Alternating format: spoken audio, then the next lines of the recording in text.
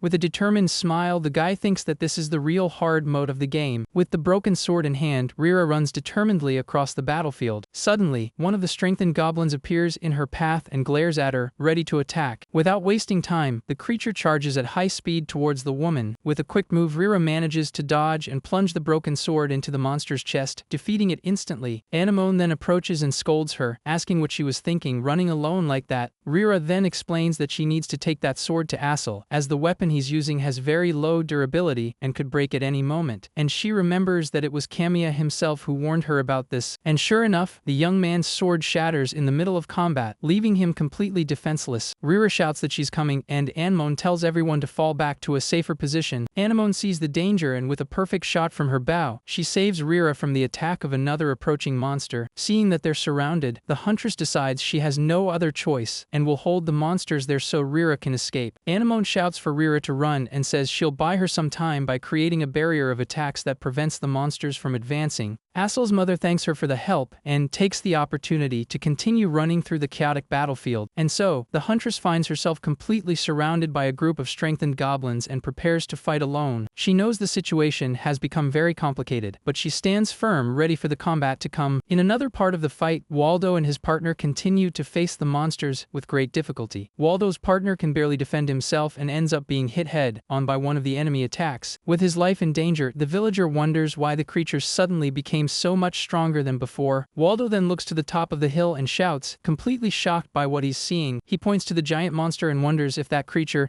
is the cause of the other goblins' power increase. Our MC and Asel also face the monster, and the boy is impressed by the creature's immense size. It turns out the Goblin Lord is a high-level variant that shouldn't appear in the 7th day stampede at all. Realizing the danger, Asel shouts for the others to provide cover for the developer, who is alone against the monster. With that, the Goblin Lord raises its gigantic club and prepares to attack the MC and the other goblins surrounding him. The creator, however, notices something strange in the monster's movement and is on high alert. Seeing what's about to happen, Waldo shouts for everyone to raise their shields and prepare for impact. With a devastating blow, the Goblin Lord hits the ground with its club, creating a shock wave that sends everyone flying. One of the villagers is thrown through the air, and the creator is shocked to see that the monster even attacks its own allies. The guy then runs to help one of the fallen villagers. With his injured companion, he asks if the man can get up, but the villager creator can barely respond due to the pain. At that exact moment, Rira comes running and shouts Kamiya's name. She then joins the group that is protecting the injured companion on the ground. The giant monster, however, raises its club once more, ready to attack again. Asel sees the imminent danger and shouts for everyone to watch out for the incoming attack. Without hesitation, our MC positions himself in front of everyone to face the blow head-on. With an extremely focused look, he prepares to block the attack. Suddenly, his eyes begin to glow with an intense blue light, indicating that he has activated some special ability. He then manages to block the massive attack with his sword, and a large impact of light occurs. Despite the monster's absurd strength, the creator manages to hold back the blow with great difficulty. Asel and the other villagers are completely stunned by the scene, unable to believe he managed to stop that attack. Even the Goblin Lord seems surprised to see its attack blocked by a mere human. With a precise movement, he manages to deflect the monster's club to the side. The creator celebrates having achieved a perfect parry, but admits that doing it in real life is much scarier than in a game. The giant creature seems surprised and even a little intrigued by the guy's skill. Faced with the situation, the Goblin Lord lets out a roar of fury that intimidates everyone on the battlefield. Its eyes then glow with hatred as it prepares to attack again. Asel then joins our MC, and the creator shouts that he'll handle this side of the battle. One of the villagers then shouts to Kamiya and says he'll leave the giant monster to him. The man, however, warns him to be quick, as he won't be able to hold off the other monsters for long. With that, the guy agrees and charges alone towards the Goblin Lord. The scene shows the huge size difference between him and the giant creature. Without wasting time, the monster delivers another powerful blow with its club. Our MC, however, manages to block the attack once again with great difficulty. He realizes that a war of attrition would be fatal, and that he needs a new strategy to turn the tables. Suddenly, Leafy appears in a giant form and gets her creator's attention. With that, the developer's eyes glow with a blue light, and he seems to have a brilliant idea. Our MC shouts Leafy's name and asks her to open the RNG console, and the little fairy is confused by the request but agrees immediately. With that, a system screen appears, and the creator confirms that the console is now live, and the screen displays that the RNG and AI balancing are active. Leafy then asks what her creator is planning to do with that, and the guy just looks at her with a confident smile. He then reveals that the RNG modifier is active and that the generation AI is overloaded, so he can activate the all-critical hits mode, leaving the Goblin Lord furious. A critical hit is an attack that ignores the enemy's defense and deals double damage. The little fairy explains that RNG stands for random number generation, and that these numbers work like dice to determine probabilities within the game. However, a flashback shows that last RNG system has a bug that was never fixed. This bug occurs when a player manages to parry 15 consecutive attacks, and this causes the AI to try to adjust the RNG because the hit rate becomes too low. This adjustment, however, overloads the system's memory and causes the RNG to freeze completely, and the temporary result of this is that all attacks become critical hits, and Leafy is shocked by the revelation. With his sword glowing, the guy is filled with confidence and says he can do it, but he knows there's a reason this bug was never fixed. To trigger the bug, he needs to parry 15 consecutive attacks from the Goblin Lord. This feat, however, was considered almost impossible to achieve, even during the game's testing phases. Faced with the situation, the giant monster throws its club to the ground and prepares to fight with its bare hands. Meanwhile, Asel and the other villagers continue to fight against the horde of strengthened goblins. Without wasting a second, our MC charges alone towards the giant monster to put his plan into action. With Leafy by his side, the MC shouts that there's no time to lose and prepares for the 15 consecutive parries. From there, the Goblin Lord advances with a devastating kick in his direction. Our MC manages to successfully parry the first blow, counting the first of the sequence. A moment later, he blocks a powerful punch from the creature, completing the second parry. The giant creature doesn't give up and prepares another punch with all its might. The guy finds himself in the middle of a sequence of rapid blows and does his best to defend himself. With great difficulty, he completes the third block of the sequence. In another part of the fight, Asel gets distracted and shouts Kamiya's name with concern. The creator gets the fourth parry and reassures everyone, saying that if he keeps blocking, he can turn the tide. Because of this distraction, Asel ends up being hit head-on by a goblin. Seeing her son in danger, Rira screams his name in complete desperation. The battle continues frantically, and the developer manages to parry the 7th and 8th attacks. The Goblin Lord roars in frustration for not being able to land any hits. Despite the monster's fury, the guy manages to complete the 9th parry. The impact of the block is so strong that the giant monster loses its balance and falls backward, dropping its club to the ground. With great effort, he completes the 10th parry of the almost impossible sequence. Seeing that its fists aren't enough, the Goblin Lord picks up its club again and charges with fury. Our MC, however, manages to parry the 11th blow and celebrates that at this rate he'll succeed. The creature then attacks twice in a row, but the guy manages to block the 12th and 13th blows. Meanwhile, Asel bravely fights against one of the monsters and shouts that he won't let it pass. One of the wolf-like goblins charges at him, but the young man is too focused to notice the danger. At the same time, the Goblin Goblin Lord prepares another attack with its club to try to finish off the game's creator. With a confident smile on his face, our MC manages to parry the 14th blow of the sequence. Suddenly, a smaller goblin takes the opportunity and attacks the guy from the side, catching him completely by surprise. Seeing the danger, Asel shouts for him to be careful and throws the hilt of his broken sword at the monster. The makeshift weapon shatters upon hitting the creature, but the distraction works perfectly. The young man is completely stunned to see that his risky plan worked. Because of this, the goblin turns to Asel and prepares to attack him with its sharp claws. Rira, who was watching from a distance, screams her son's name in complete desperation. However, at the last second, Asel manages to grab the new sword his mother was bringing him, just in time to defend himself. With the new sword in hand, Asel lets out a war cry and cuts the monster in half with a single blow, saving his own skin. Meanwhile, the Goblin Lord raises its club once more, and the creator prepares for the 15th and final parry of the sequence. With a gigantic impact of light, the guy finally manages to parry the last blow and trigger the system's bug. From there, he tightens his grip on his sword and prepares to finally turn the tables. With a confident smile, the developer states that now everything will be over in the blink of an eye. Without wasting a second, our MC charges with everything he has at the giant monster, and so, he delivers a series of critical and relentless blows to the Goblin Lord, who can't defend itself. With each cut, the creator gets closer to victory with a look full of determination. With a final X-shaped blow, he hits the monster's chest with all his might. The giant creature then glares at the MC as it prepares to fall, defeated. Because of this, the Goblin Lord finally falls to the ground with a dull thud that echoes across the entire field. With the fall of their leader, the horde of monsters is completely lost, not knowing what to do, and so, the power buff disappears, and all the remaining goblins begin to flee in panic. Waldo and the other villagers watch the scene, completely shocked, unable to believe what they just saw. Back on the battlefield, the creator falls to his knees, exhausted, and Leafy flies to him, celebrating the victory. And the guy just admits it was a close call. Asel then gets up and asks if they finally won the battle while looking at Rira, who is right behind him. The boy's mother looks at him with a proud and relieved smile, seeing that her son is okay. Suddenly, the Goblin Lord's eye opens and Rira sees the imminent danger. The creature then attacks with its claw, and the woman screams as she pushes Asel away. With that, she is hit head-on by the blow, and the young man watches everything, completely shocked. Asel desperately screams his mother's name, and the creator is furious to realize the monster could still move. Without hesitation, the MC charges forward and, with a final blow, he finishes off the Goblin Lord once and for all. With the monster finally defeated, Asel runs to his mother, who is on the ground, severely injured. The young man then holds her in his arms, and she, with a faint smile, calls him her precious son. Rira says she's gonna meet his father, and Asel cries, begging her not to leave him. With her last words, she jokes that he's always late and asks him to go tell her many stories. A memory then shows Rira happy alongside Asel's father, and she says she'll be waiting for him. Seeing the scene, a tear runs down the creator's face, who feels guilty for the tragedy. With his mother's passing, Asel hugs her tightly and lets out a cry of pain that echoes across the entire battlefield. Our MC and Leafy just watch the scene from a distance with a dark and defeated look. Waldo and the other villagers watch the tragic scene from afar as rain begins to fall on the battlefield. The rain washes over the scene of the fight, and a system screen appears, congratulating everyone for completing the mission and surviving the stampede. Sometime later, a gravestone with white flowers is shown, marking Rira's final resting place. Our MC then visits the grave on a sunny day to pay his respects. Leafy approaches him with a worried expression and calls him Creator. In a soft voice, the little fairy reveals that they couldn't determine the cause of the Goblin Lord's appearance, but at least there's no sign that the game's settings were altered, and the guy just nods. The winged creature continues, explaining that even without the Game Master status, he still has the authority to make small changes, so unauthorized changes shouldn't be possible. Faced with the situation, the developer turns with a dark look and admits that he was being arrogant, and Leafy is confused. With a clenched fist, he thinks that because he created last, he thought he knew everything about this world and could handle any situation. However, the reality is that he let someone perish, a person who shouldn't have been taken away like that. Leafy tries to console him, saying that if it weren't for him, the base would have been completely destroyed and that the fact the other NPCs are alive is thanks to him. The creator, however, reflects that although they are alive, he was the one who created them and threw them into this world to suffer and guided them to their end. With a completely empty and dark look, the little fairy is frightened by his expression. With that, the guy turns and says he needs to be alone for a while as he walks away from the grave. And so, our MC walks alone through the green fields of the base, carrying the weight of his guilt and the loss he couldn't prevent. Anemone then approaches the crouching guy and asks what he's doing there. Just then, some white birds fly over the field, catching their attention. Without hesitation, the young huntress prepares her bow and aims at one of the birds in the sky. With a perfect aim, the arrow hits the bird head on, knocking it out of the air. The arrow then falls to the ground, and the girl just observes the result with a serious expression. The developer looks at her and reflects that in this world, they risk their lives just to survive. Anemone holds the downed bird and explains that sometimes they take lives, and sometimes their lives are taken, and that it's nobody's fault. Despite her words, our MC still feels guilty and tries to say something. The huntress, however, interrupts him and says there's something he needs to see, beckoning him to follow her, and so, she takes him to the training field, where the other villagers continue to dedicate themselves to getting stronger. She walks towards the group while Kamiya follows her, not understanding what she wants to show him. The girl then points to the training group so he can see what she's trying to say. The guy's eyes focus on the scene before him, trying to understand the huntress's lesson. He then sees Asura, who even after his mother's passing, hasn't given up and continues to train with determination. The young man fights with grit against the other villagers, showing that he's focused on getting stronger to protect everyone. Anemone reveals that Asura has been training non-stop since the funeral that morning, leaving our MC completely shocked by the information. The huntress explains that the boy is determined to get stronger, so he'll have many stories to tell his mother when he sees her again. Back on the training field, one of the villagers falls to the ground, exhausted, asking for a break. Asura, however, seems full of energy and runs towards Kamiya, who is resting, sitting on the grass. The young man then stops in front of the developer, who just looks at him and says his name. With a determined look, the boy grabs him by the collar and asks him to train with him, leaving the creator surprised by the sudden request. He explains that he wants to get stronger so he can tell his mother many stories, and that's why he can't falter now. Hearing the young man's determined words, a faint smile appears on the MC's face, and so, he stands up and agrees with the boy, saying he's right in his decision. With a challenging look, Kamiya grabs his training sword and warns that he won't go easy on him. The young man gets super excited by the response and shouts that he's more than ready for the challenge. From there, the two run towards each other, and the developer reflects that these people are truly alive. Their swords clash with force, and he realizes that everyone there is living with much more strength than he ever imagined. Faced with this realization, he decides he can't embarrass them with his own weakness and self-pity. With a renewed and determined look, the guy vows that he will show everyone a way of life he can be proud of. Meanwhile, in another part of the forest, two mysterious figures walk along a long, dense path. One of them then asks where they are exactly. As it seems they are completely lost, the larger man then finds an arrow on the ground, and upon picking it up, he wonders if it belongs to his master. Analyzing the object, he realizes the arrow was created with a magic stone, and that it has traces of mana, leaving his companion completely surprised by the discovery. With that, the man clenches his fist tightly and says they might have finally found a clue to what they're looking for, and so, the two follow the trail and spot our MC's base in the distance, heading towards it. Back at the base, the creator places a plate of food on the table, preparing for a meal. Meanwhile, Anemone observes a large quantity of freshly baked bread, indicating that food production at the base is going very well. Our MC then observes life in the village with his arms crossed, assuming his role as the leader and protector of that place. Just then, Liffy appears, flying, and calls him Great Creator, and the guy just greets her, saying she finally arrived. The little fairy, however, points to the main gate, where the villagers seem to be worried about something. There, they find the two men from before, and one of them introduces himself as Dorn, a dwarven craftsman, and asks who the chief of this village is. His companion, however, scolds him and asks him to have a little more manners with the residents. The young man is then introduced as Jinger, another dwarven craftsman who seems quite embarrassed by his master's attitude. Faced with the situation, our MC steps forward and introduces himself as the one in charge of this place, ready to deal with the newcomers. Dorn then stares at the guy with a serious and analytical look, ready to find out more about this mysterious place. Our MC then gets straight to the point and asks if they have mana stones around, leaving Ginger completely startled by the direct question. Ginger explains that they are traveling dwarves in search of rare materials, and that they heard they might find mana stones in this location, which is why they were hoping to see them. The creator then realizes they were about to have dinner and invites them to continue the conversation over a meal so they can discuss the matter more calmly. Ginger is extremely happy with the invitation and thanks him several times, while Dorn just smiles, satisfied with the village's hospitality. And so, everyone gathers at a long table to enjoy dinner together, showing the unity and tranquility of that small village. While eating, Ginger thanks them once again for the food, and the MC just observes the two new visitors carefully. With a somber look, he reflects on the two dwarven craftsmen and realizes they are NPCs himself created for his game. He knows that if he can recruit them, he can upgrade his defenses and develop magic weapons and tools that he couldn't create alone. And so, the guy speaks to the dwarves again and asks about their interest in the mana stone, and Dorn confirms immediately. Ginger's excitement is so great that he can barely stay still in his chair, there, while waiting for the creator's answer. Ginger then reveals the true reason for their journey, and explains that they are traveling in search of a legendary material known as the Philosopher's Stone. The MC repeats the name of the artifact with a thoughtful look. As the creator of the game, he knows exactly what it is. The Philosopher's Stone is a legendary item that supposedly exists in this world, and there are rumors that some of the most powerful weapons still in circulation were forged with it. Ginger concludes by saying that even among the long-lived dwarves, no one has ever actually seen the item, and as craftsmen, finding this rare material is the greatest goal of their lives. Dorn continues the conversation and reveals that he knows mana is involved in the refining process of the Philosopher's Stone. Our MC, however, knows that the Philosopher's Stone is actually a reward from a high-level raid mission. He reflects that the item can only be accessed by him, and that it's not just about mana, but about the relationship between power and the magic stone. The creator then asks what they want with the stone, and Ginger explains that since it's a rare ore, they just want to use it as a reference for their search. Faced with the request, the guy agrees, saying that shouldn't be a problem, and Ginger gets super excited by the answer. In return, he asks the dwarves to forge some weapons for the village, as they are attacked by monsters almost every night and need high-quality equipment to protect themselves. Dorn accepts the deal immediately, and Ginger celebrates, saying that's a small price to pay. With the deal sealed, our MC says he will show them the mana stone as soon as they finish eating. From there, everyone continues the meal in an atmosphere of tranquility and camaraderie. With a calculating look and Leafy by his side, the creator begins to think of a way to convince the two to join him permanently. A moment later, they head to the small house where the magic stone is kept. Upon entering, Dorn and Ginger are completely amazed by the large, glowing blue crystal while Kamiya watches them from the doorway. However, the admiration turns to disappointment, and Dorn asks how they could serve something so horrible. While Ginger realizes this isn't what they were looking for, the dwarf then reveals he's already figured it out and explains that this mana stone is more of a gate or a channel for mana, and therefore, it's fundamentally different from the material they're seeking. The MC then asks if this wasn't what they were looking for, while thinking that, as expected, Dorn's perception is spot on, as the mana stone is just an interface for the player and not a raw material. Dorn thanks him for showing them the stone but says it doesn't seem to be a clue to the Philosopher's Stone, and with that, he announces they will leave the next morning, leaving Ginger completely shocked. Our MC then invites them to stay a bit longer and reveals that the village has an unused workshop and that they can generate materials with the mana stone, promising an excellent production environment for the two. Dorn, however, apologizes and refuses the guy's offer quite directly. With that, the creator understands their decision but asks that they at least fulfill their part of the deal and forge the weapons for the monster attack he expects that night. And so, he takes them to the workshop and tells them to feel free to use any equipment they need. Liffy then appears worried and asks if the creator is sure about this, as at this rate, the dwarves will never join them. And he explains that Dorn is focused on finding the Philosopher's Stone, and that nothing less than that will convince him. However, he reveals that the apprentice Ginger is still young and ambitious, and as a craftsman, he probably wants to see people's reactions to his work and the impact his skills can have. The guy remembers that he was the same way when he started creating games, and so he completely understands the young dwarf's feelings. He then concludes that if Ginger feels that this is a place where he can truly use his full potential as a creator, there's a good chance he'll decide to stay on his own. With the arrival of night, a red moon appears in the sky, signaling the start of another monster attack. The battle then begins, and the villagers fight bravely against the horde of goblins approaching the base. From the top of one of the watchtowers, Dorn and Ginger observe the fight, and the young dwarf is shocked to see that the monsters are actually attacking the village. A shower of arrows rains down on the enemies, and two goblins are hit square in the head, showing the effectiveness of the new weapons. One of the archers celebrates, saying the reinforced arrowheads have incredible piercing power, and Ginger comments that with a little more time, he could have improved the accuracy as well. The villager, however, says that's more than enough and that they are very grateful for the help as the watchtower continues to fire arrows non-stop. On the front line, Waldo and Aesel also use the new weapons to fight the monsters. Ginger observes the battle and thinks that a greatsword would better match Waldo's strength. He also notes that he could adjust the center of gravity of Aesel's sword to improve its performance. With a focused look, the young dwarf analyzes every detail of the combat. From the top of the tower, the two craftsmen continue to observe the effectiveness of their creations in a real battle. Meanwhile, our MC is also in the midst of the fight, facing a monster much larger than himself. Liffy then asks if he thinks Ginger will join them, and the creator replies that his words alone won't be enough to convince him. With a powerful blow, he hits the creature head on, and the little fairy is surprised by the attack's force. The guy then looks at the watchtower and says that observing Ginger now, the situation might change. With a smile on his face, the young dwarf seems to be having fun seeing his weapons in action. The next morning, new shiny knives are seen on a table, indicating that the dwarves worked hard. Inside the workshop, Dorn prepares to leave and tells Ginger he's going to get their luggage. As he leaves, however, one of the villagers calls out to him and thanks him for his help the previous night. Other residents join in and say the battle was much easier because of him, and Ginger replies that he's glad to have been helpful. With that, the young dwarf bids farewell to the villagers with a wave as he prepares to continue his journey. Later, Waldo and Assel meet with Ginger to thank him for the new weapons. Waldo is impressed by how sharp the sword is, and Assel celebrates that it's now much easier to swing. Excited, Waldo suggests he stay in the village so he can make a custom weapon for him. The young dwarf, however, says they are leaving that day and that it's a shame he has to go. The two villagers say their goodbyes, saying they're sure their paths will cross again, and ask him to take care. Ginger then waves to them and seems a bit sad to have to leave the village behind. Suddenly, Dorn calls out to him and hurries him along. As it's time to leave, our MC, however, appears and, with his arms crossed, calls the young dwarf's name. He then asks if they are already leaving, and Ginger confirms, saying his master is completely devoted to finding the Philosopher's Stone. The guy then questions him about his own interests, leaving Ginger completely surprised by the question. The creator says he noticed that the Philosopher's Stone isn't the only thing that interests him, and the young dwarf is speechless. He begins to explain that life here is hard, that monsters attack every night, and that even with the magic stones, their resources aren't abundant. That's exactly why the influence of a single person matters so much in this place, and that the village needs him. The guy then extends his hand and asks if Ginger doesn't want to join them. With a sincere and inviting look, he asks the young dwarf to stay in the village and help them survive. Ginger stares at the creator, completely shocked and speechless at the unexpected invitation. Suddenly, Dorn calls out to him and interrupts. The dwarf thanks them for their hospitality and prepares to leave, but Ginger continues to stare at the MC in the background. Dorn then announces that he's finished packing and that they are leaving. With a sigh, the young dwarf makes his decision. He then turns and calls out to his master, who is already walking away. With great courage, Ginger says he wants to stay in this village, leaving Dorn completely surprised. The master dwarf then turns and faces him with a serious and piercing gaze. Dorn asks if he's serious, and the young man confirms his decision. The dwarf then throws his shield to the ground with force and glares at him with a challenging look. With a tone of superiority, he says that if Ginger wants to stay here, he needs to forge a weapon. The young man is confused by the condition imposed by his master. Suddenly, Dorn grabs his axe and prepares for what seems to be a duel. With a furious look, he says he can't let a half-baked apprentice wander the world alone, and so he will test his skills. Faced with the challenge, Ginger accepts and says he's ready to prove his worth as a craftsman. Back in the workshop, Ginger begins to work with all his strength and dedication, hammering the hot metal with his hammer. Our MC observes the process and asks if he needs anything, offering to generate materials with the magic stones, but the young dwarf just thanks him for the offer. He then explains that he feels that if he doesn't do this with his own strength, the work will have no meaning for him. Hearing the young man's prideful words, the creator smiles and completely understands his determination. With that, he decides not to interfere and just sits down to watch the young craftsman work with a satisfied smile on his face. After a lot of work, the two dwarves meet outside the workshop while Camilla watches the scene from afar. Ginger then holds the newly forged sword with a serious and concentrated look, ready to present it to his master. The blade reflects Dorn's face, who questions if this is a sword for the human race. With a look full of conviction, the young dwarf says this isn't what he's seeking and hands the sword to his master. Dorn then explains that a second-rate craftsman looks at the object to do their work, but a first-rate one looks at the people. He continues, saying that the fact this sword is for humans shows exactly where Ginger's focus is fixed. The master dwarf states that he has his own fire and that his apprentice has his too. Because of this, he advises him not to let his fire go out and to follow the flame that exists within him. With a look full of hope, the young man asks if this means he passed the test. Dorn, however, just turns and begins to walk away, leaving the answer in the air as he prepares to continue his journey. With his last words, he says he's leaving and that he's leaving Ginger in their hands. Our MC and Leafy then smile, satisfied to see that their plan finally worked, and so, Dorn walks away and continues his journey alone through the forest, leaving his apprentice behind. Ginger then bows in respect to the creator and the other villagers, ready to start his new life in the village. Our MC and Leafy watch the young dwarf from afar, satisfied with the new ally they just recruited. With an excited smile, the little fairy says that now that they've recruited a craftsman, they need to improve the production base. The creator agrees, and, with Leafy on his shoulder, he says they're gonna raise the base's level. 9 days pass in the game, and Ginger seems completely integrated into the village, surrounded by his new friends. With digital effects, the base begins to expand once again before everyone's eyes. The view from above shows the village growing and becoming an even more secure and well-protected fortress. The new buildings materialize, and the base becomes an even more prosperous and lively place. A system screen then confirms that the base has reached level 8, and Ginger observes observes the transformation, completely amazed. He then runs towards Kamiya, who is leaning against the door of the new workshop. Excited, the young man asks if this is the power of the magic stone, and the creator confirms, saying that the outer walls and the workshop have been upgraded. With that, the two enter the new and improved workshop, and the young dwarf is completely enchanted with the new tools and equipment. The MC says that this is a workshop made specifically for him and that he can use it as he pleases. Ginger is extremely moved and thanks him very much for the opportunity, saying he has many things he wants to try immediately. With a satisfied smile on his face, the creator watches the young craftsman have fun in his new workshop. A moment later, Leafy appears flying and calls him, "Great creator, ready to discuss the next steps?" She says that recruiting Ginger as an ally was a huge victory, and that considering the battles to come, their old equipment was too weak. The guy then reveals that due to the level increase, the amount of resources the magic stone can store has increased, and that he wants to start accumulating mana in the upcoming battles. With a confident smile, he says that now that the base's level has surpassed 8, as soon as the mana reaches the required amount, a new character will appear. Hearing the revelation, Leafy is completely shocked and excited about the possibility of a new ally. With Ginger's help, they overcome the subsequent attacks much more easily. The quality of the weapons and armor has greatly improved, and our MC now wears a new combat suit. This has reduced the burden on the members participating in combat, making the battles less dangerous. Ginger also acts as a support during battles, preparing vital supplies for everyone's survival. However, time passes quickly, and now there are only 3 days left until the second stampede. With a bruised face and a determined look, the guy says they need to hurry and strengthen their position. 11 days pass in the game, and the village now has new allies, some stone golems that will help defend the base. Waldo approaches one of the golems and with a confused expression, asks what that pile of clay is. Ginger then explains with enthusiasm that it's a golem, a magical doll that moves on its own. The creator adds that golems are support items that can fight alongside NPCs and take on the role of their master. He continues explaining that if the master is a swordsman, the golem will use a sword, and if they're an archer, it will use a bow, but its stats are lower. The young dwarf reveals with a smile that he was only able to build them because of the magic stone, and that he always wanted to make one. Anemone then questions if the creature can really fight, and Ginger confirms that it can, but with inferior skills. One of the village women asks if they can also help with household chores, and the guy says yes, they can do anything that requires physical movement. With that, all the villagers gather around the golems, curious to see the new creations up close. Suddenly, the eyes of one of the golems begin to glow with an intense light, indicating that something is happening. One of the villagers is startled by the reaction, and Ginger wonders if there's another source of mana nearby to cause it. Just then, one of the residents points to the forest and shouts, warning that someone is approaching. A mysterious figure in a green cloak emerges from the forest, leaving all the villagers completely shocked and confused. The person then approaches and stops right in front of the group of residents, who stare at her with apprehension. The scene focuses on the details of the newcomer, revealing her pointed ears and elven attire. With a confident smile on her face, the blonde elf stares at the group, revealing herself to be the new character our MC was waiting for. The blonde elf introduces herself as Eulisia Waybwold, the daughter of the Queen of the White Forest, and without further ado, challenges the leader of this village to a duel. Faced with the sudden challenge, all the village residents are completely stunned, not understanding a thing that's happening. Our MC, however, realizes that the conditions for her appearance have been met and remembers that her personality was always like this. Eulisia just stares at them with a smug smile, showing all her confidence and arrogance. With that, our MC steps forward and, with his arms crossed, introduces himself as the leader of this base. The elf stares at him with disdain, and the guy's reflection in her eye shows that she is completely underestimating him. She then points at him and says that if he loses the duel, he'll have to make her the new leader of the village. Furthermore, she guarantees that with her leadership, the base's development will be assured. The creator, however, remains calm and asks what she will do if, by any chance, she loses the fight. Eulisia laughs and says that's impossible, but on the off chance she loses, she'll do whatever he says, and the guy questions if she'll keep her word. To prove her honor, the elf makes a promise in the name of her mother, Larea, the Queen of the White Forest. With a determined look, she points at him and swears she never goes back on her word. Our MC has a slightly nervous smile while Leafy, by his side, seems completely terrified by the situation. And so, the two move to an open field and prepare for the duel to begin. They face each other with confident smiles, and a system screen appears, announcing the start of the duel mission against a mage. The view from afar shows the two duelists facing each other on the battlefield, while the villagers watch from a distance. From the top of the walls and watchtowers, all the residents gather to watch the duel that is about to begin. Sylvan then asks who that young lady is, and Ginger explains that she seems to be an elf from the White Forest clan, a very reclusive people who rarely venture into the outside world. Asil comments that she said something about becoming the leader of the village, and Waldo celebrates the idea of a system where the strongest becomes the chief, finding the idea simple and effective. Meanwhile, life in the village continues, and Anemone distributes bread to the children with the help of other village women. Back on the battlefield, Eulalia wields her wand and, with a confident smile, says she's ready to start whenever he is. Our MC then takes out a coin and says the duel will begin the moment it hits the ground. With that, he tosses the coin into the air, officially starting the battle between the two. As soon as the coin lands, he charges forward with his sword and shield in hand, ready to attack. Eulalia, however, invokes a wind spell and prepares for a powerful counter-attack. With a spin, she launches a cutting gust of wind towards the guy. With a punch in the air, our MC manages to easily dissipate the wind magic.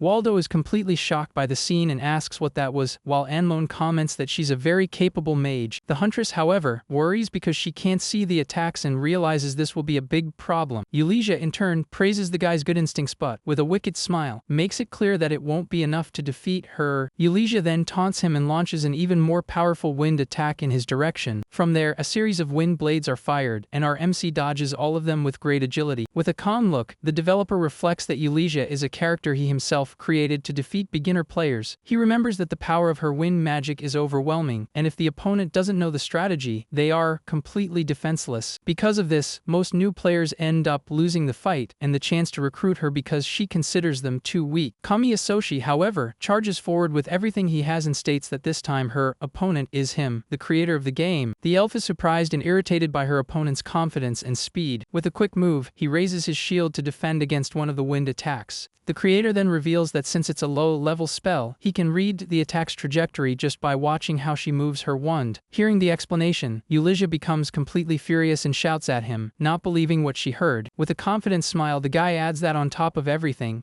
the power of that spell is limited. He knows that although it's effective against flesh and blood monsters, the attack can't cut through the iron shield that Ginger forged. The mage then lets out a sound of frustration upon seeing that her magic is completely useless against the shield. With the impact of the block, the elf is thrown back and loses her balance, being forced to jump away. Seizing the perfect opportunity, the developer charges to counter-attack while she is still vulnerable in the air. Without giving her time to recover, the guy advances with his sword to finish the duel. Eulalia, however, manages to use wind magic to propel herself into the air and dodge the attack. Waldo and the other villagers are completely shocked by the scene, and Sylvan jokes that he also wished he were a bird to fly like that. Floating in the air, the elf begins to invoke a much more powerful spell. With that, a huge tornado forms around her, and our MC knows that if he gets hit by it, it's game over for him. The mage then taunts him, saying that charging forward like that made him an easy target, but the guy prepares a counter-attack with a blue light in his hand. She continues her taunt and tells him to learn the difference in power between them. With a confident and wicked smile, the elf prepares to launch her final attack. She then floats in the middle of the tornado, feeling completely superior and invincible. Suddenly, her expression of confidence turns into pure shock and despair. She looks down and, with an expression of disbelief, realizes she's been caught in a trap. Desperate, the elf tries to use her wind magic to break free, but the spell prevents her from moving. With a smile on his face, our MC throws a bola at her to finish his plan. The weapon then wraps around the mage's leg and binds her tightly, leaving her completely frustrated. Pulled down by the object's weight, she begins to fall from the sky, and the creator points at her, having completely turned the tables. Lying on the grass, the elf is completely confused, not understanding what just happened. Because of the fall, she rolls on the ground, unable to get up properly. Our MC then approaches and points his sword at her,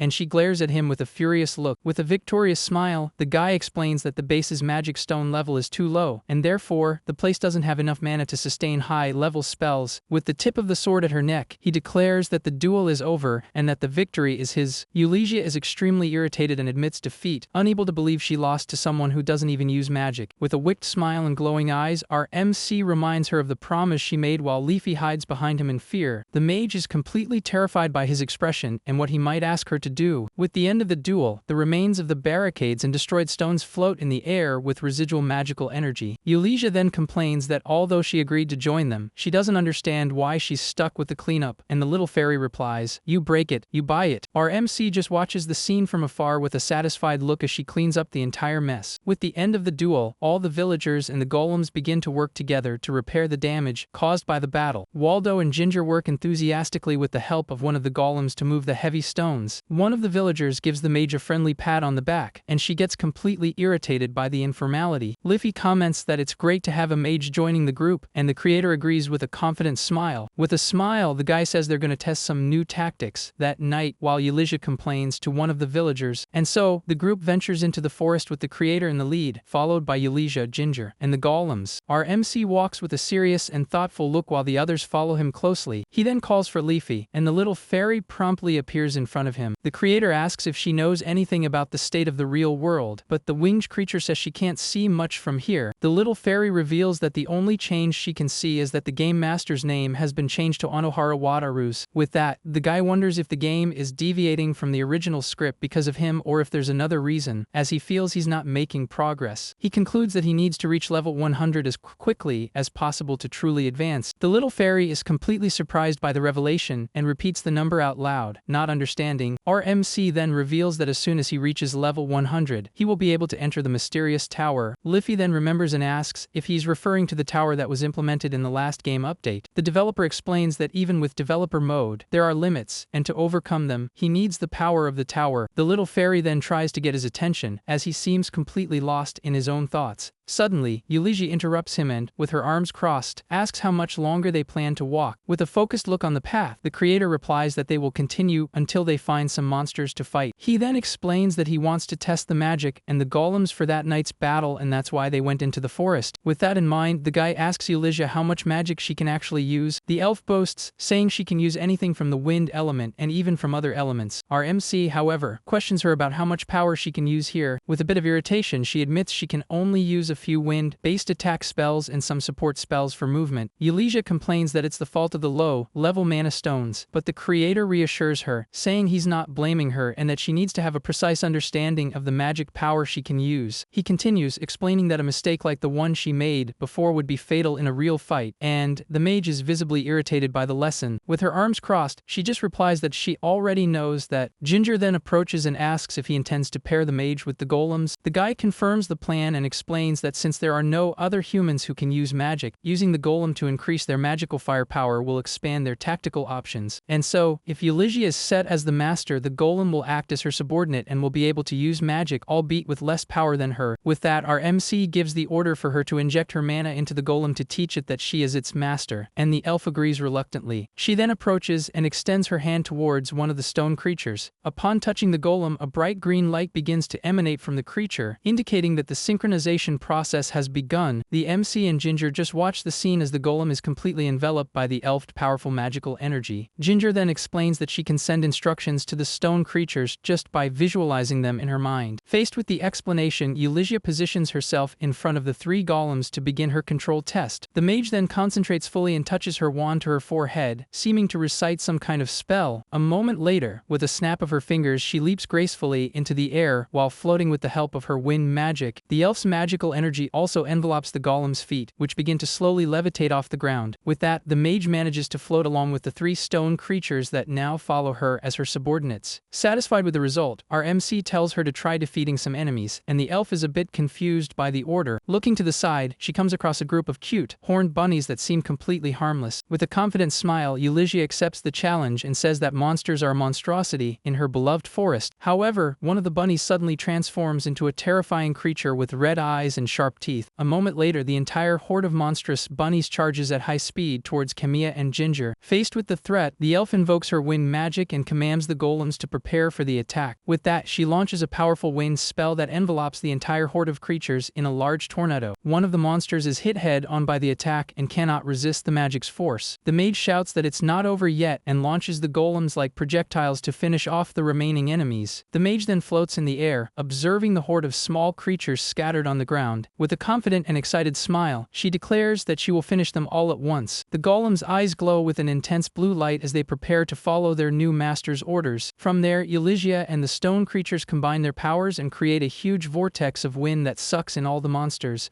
The small creatures scream in pain as they are completely enveloped by the powerful magic. With no chance of escape, the monsters are swept away by the wind and defeated with ease. With the battle over, the elf uses her magic to land gently on the ground like a feather. She then joins our MC and Ginger and admits that the combination of the golems with her magic is indeed very useful. The mage then turns to one of the golems and warns it, saying that its abilities are based on hers, and therefore, it should not slack off in its training. Ginger replies that he's already got the message, while the elf seems to be scolding one of the stone creatures. Satisfied with the test result, the creator comments that this new tactic will work perfectly in a real battle. The scene then shifts to a dark office where Anohara Wataru slams his fist on the table, completely furious. Surrounded by monitors, the traitor shouts in frustration that nothing is going according to his plans. The game master grinds his teeth in anger and frustration for not being able to control the situation as he wanted. With a wicked and determined look, he decides that he will need to adopt a much more aggressive approach to solve the problem. Back in the game world, our MC and his allies float in the air, preparing for the night to come. With a confident smile, the guy seems ready for any challenge the game throws his way. With the arrival of night, a red moon appears in the sky, and the mission to survive the night begins on the 11th day of the game. Our MC and his allies take their positions in front of the base while Eulisia and the golems prepare to provide support. Anemone watches the scene from afar and shouts for everyone to stick to the plan they made. The elf replies with disdain and says that her movements are the key to victory